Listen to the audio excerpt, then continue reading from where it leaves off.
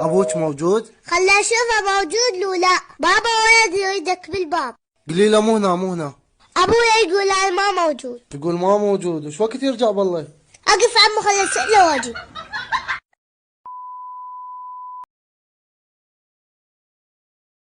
هل تعلم يا عزيزي، المحامي يتمنى لك المشاكل، والطبيب يتمنى لك المرض، والميكانيكي يتمنى تتعطل سيارتك. فقط الحرامي من يتمنى لك ثروة ونوما هادئا.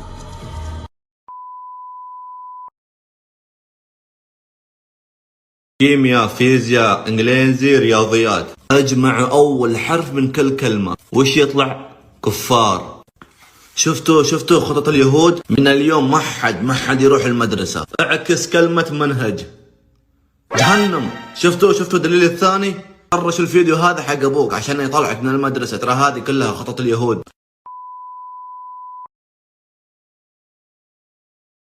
تعريف المناصب العائلية في البيت: الأم وزارة الداخلية، والأب وزارة المالية، والأخ الأكبر وزارة النقل والمواصلات، والأخت الكبرى مستشارة الأمن القومي، وبقية الأخوة مواطنين مظلومين مساكين، والأخ الأصغر تحريات ومخابرات.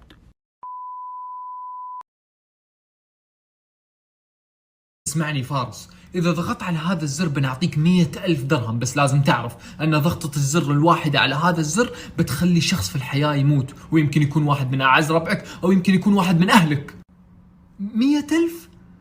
طيب إذا ضغطت على الزر 10 مرات بتعطيني 1,000,000؟ بعطيك 1,000,000، بس إذا ضغطت على الزر 10 مرات في 10 أشخاص بيموتوا. يلا عطني. يا عديم الإحساس والتربية.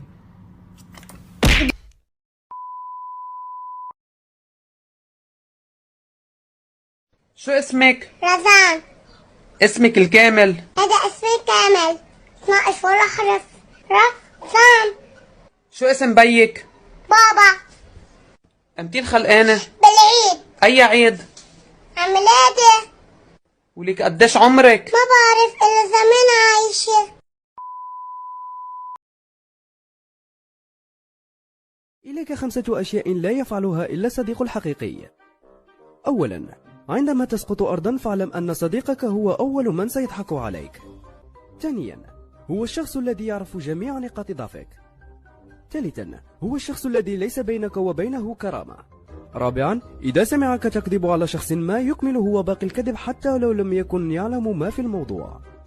خامسا، هو الذي إذا زارك وأنت مريض يخيفك بقصص وهمية لأشخاص ماتوا بنفس المرض.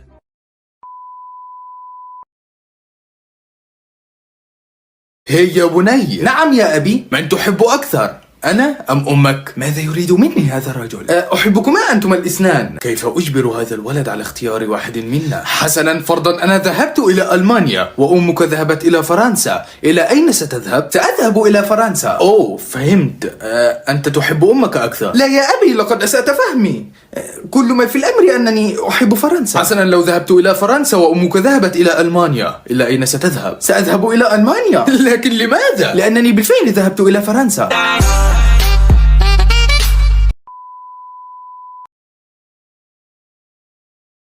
يلا بسم الله. افتح بطنه ايش يا دكتور؟ انا لسه ما تنومت. هذا اللي ما حسبنا حسابها. عوافي يا شيخ، تفرج معنا عوافي يا عم. يا دكتور انت بالله كيف اعطوك الشهاده؟ والله انا متخرج عن بعد. بالله حتى انا زيك. يعني كلنا متخرجين عن بعد وحنسوي العمليه؟ لا احنا اللي بنسوي العمليه، لا تسوي خوف. احس اني حشيل الكلى. ما كلية مين؟ دقيقه، انا عندي حصه في الكلى، شيل الحصه بس. هو فين الكليه اصلا؟ ماني عارف والله. انا كنت نايم في حصه الكلى. اوه يعني زيي ها. طب بالله اذا ما تعرفوا سيبوا بطني في حاله وخلوني اروح. والله وبس عمليه وحاسس اني بشيل الكليه. ما ادري ايش رايكم انت؟ يا حبيبي قاعد تصور ايش؟ هي دقيقه. لا ما عليك، هذا جروب الفصل. يلا انتظرك يا دكتور. ايش رايك نبدا؟ لاني شفت دبانه دخل. يا عمي هي جات على الدبانه يا عمي، انا حموت. هذا مو عارف فين الكليه. بس لقيتها هي. متاكد؟ ايوه اكيد ما عليك. بس ثواني. في اعتقد على اليمين. لا هذه الرئه. طب هذا كليته سود، هذا يدخن ولا تدخن انت ولا ايش؟ هذه الرئه يا اخي. ما يرد. اكيد ما يرد، الادمي ميت. والله بس الحبيب ودع الملاعب وهذه رئته. بالله اللي يقدر يفيدنا هو يدخن ولا انا صراحه. هذه الرئه بسرعه نرجعها يا اخي. والله شكله. بالله انتوا ايش قولوا لي بالله يا عمي. بالله اتوقع.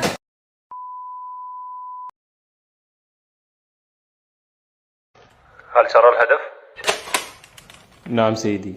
الشخص الذي على اليمين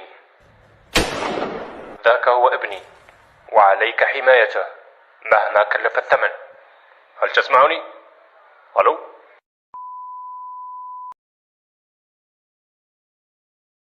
شفت لك بنت وبدي أجوزك إياها. مستحيل، بس البنت بتكون بنته لرئيس الدولة. إذا هيك توكلنا على الله.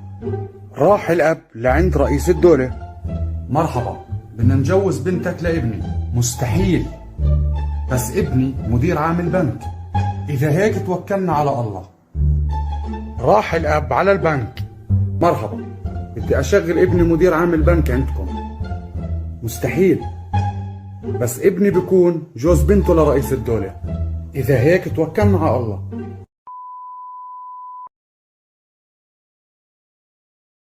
هذا في واحد ركب تاكسي مشوار من جدة إلى مكة ومعاه كرتون.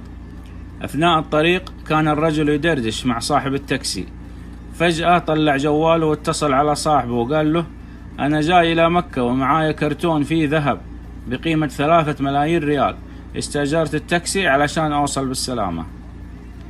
لما وصل مكة قال لسواق التاكسي: ممكن توقف لو سمحت أمام البقالة علشان بشتري ماء؟ الرجل نزل عند البقالة. سواق التاكسي لف وفحط وهرب بالكرتون.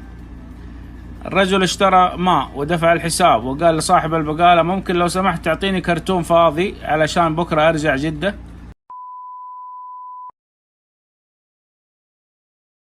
يا شباب، في عندنا ناس جديدة بالجيش. اسمك؟ اسمي آسم.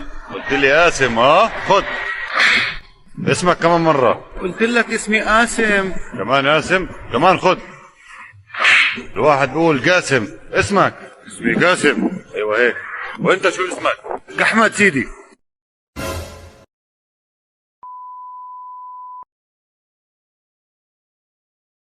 الو، ابنك مخطوف عندي. اما بتدفع 100,000 دولار فدية، اما بخليه يودع الحياة.